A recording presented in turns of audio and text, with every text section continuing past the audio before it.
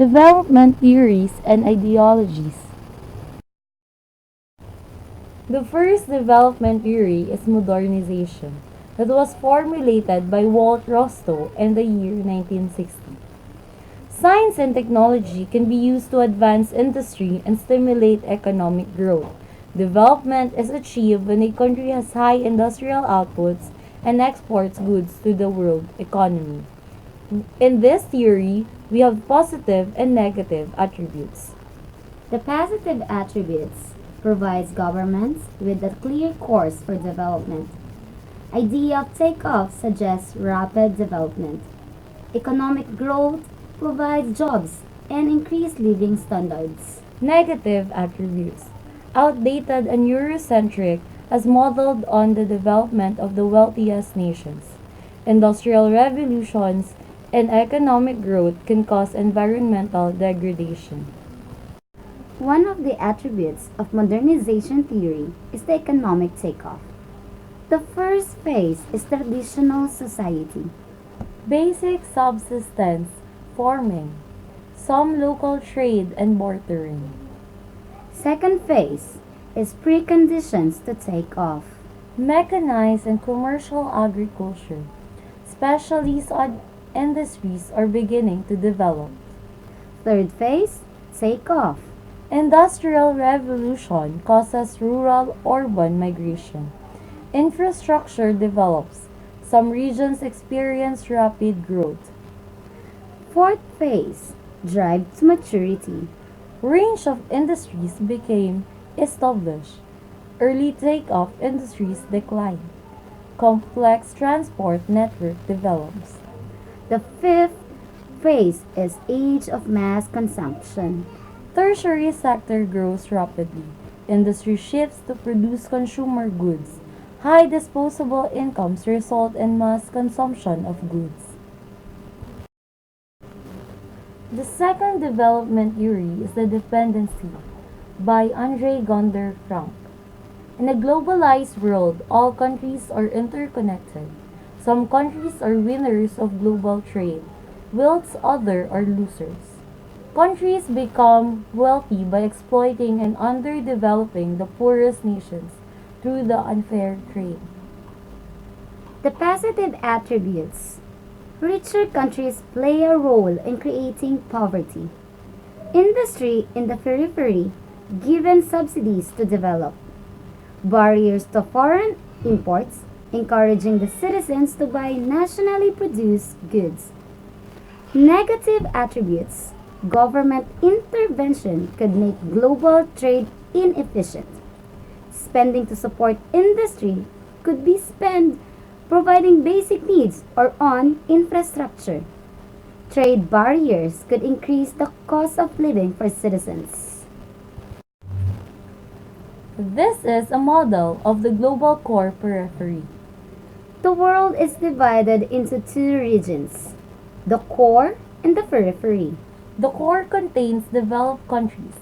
The periphery contains underdeveloped countries. The core and the periphery serve different functions with the world economy. Resources flow into the core for industrial production. High-value consumer goods flow back to the periphery. This structure of the world economy makes the core richer. Note that the core is much smaller and contains less people than the periphery. The next theory is the neoliberalism. Free global trade can stimulate economic growth, and large businesses can profit more without government intervention. Universal development can therefore be achieved through the promotion of trade, not aid. Positives. With no trade tariffs or duties, a wide choice of goods can be bought worldwide at low cost. Transnational corporations freely invest overseas due to skilled workforces and no trade barriers. Promotes entrepreneurship and competitive businesses. Negatives. Declining government's power and influence due to increased TNC power. Poor countries have to repay all historical debt with interest. now being surpassed by post-neoliberalist ideas of greater government spending. Multiplier effect model. The multiplier effect can lead to an upward spiral of economic growth.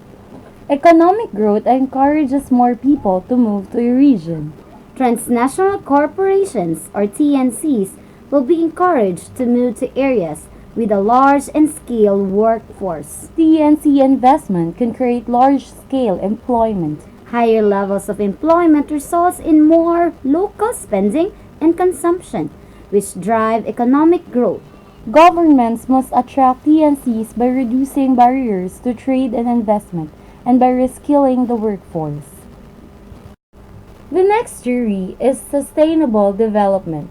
Taking environmental factors into account, sustainable development meets the needs of the present without compromising the ability of future generations to meet their own needs, according to the Brundtland Report. Positive attributes ensures that future generations have the right to a high standard of living, could prevent a resource crisis, highlights the need for global equality, is aware of environmental, economic, and social needs. Negative attributes could inhibit developing nations' ability to industrialize and experience rapid growth. Difficult to implement universal and long-term policies. Sustainability has become a buzzword and can seem vague term. Sustainability Venn diagram. There are three pillars of sustainable development: social, environmental, and economic. All three pillars must be present for a country to develop sustainably. Sustainable development must therefore have equality across society, must not degrade the environment, and must result in economic growth. There are natural limits to economic growth, and the earth cannot support an expanding economy. Economic growth must be balanced with an awareness of resource and consumption and the need for equity. Some people argue that the environment pillar is the most fundamental. The next is human development. Development cannot be achieved through economic improvement alone. Multiple dimensions, such as social, cultural, political, need to be taken into account. Development means individuals have freedom to make life choices. Positive attributes. Wider definition of development takes human welfare into account. Assesses development on an individual scale. Believes everyone is equally entitled to a good life. Negative attributes. People can live fulfilled lives without completely free choices. People can have free choices but still live in poverty. Free choice can focus on individual needs, not those of society or collective groups. Livelihood assets. All human beings have livelihood assets, which they can use to make choices. Livelihood assets are not limited things of financial value, but also include things of human, physical, social, and natural value. Financial capital includes wages, savings, pensions, and remittances. Human capital includes education, knowledge, skills, and health. Physical capital includes transport, communications, technology, and energy. Social capital includes representatives, friends, neighbors, and leaders. Natural capital includes land, water, minerals, and wildlife. The last theory is the post-development. The rich cannot lift the poor out of poverty. Local communities need to address their own problems using their own ideas.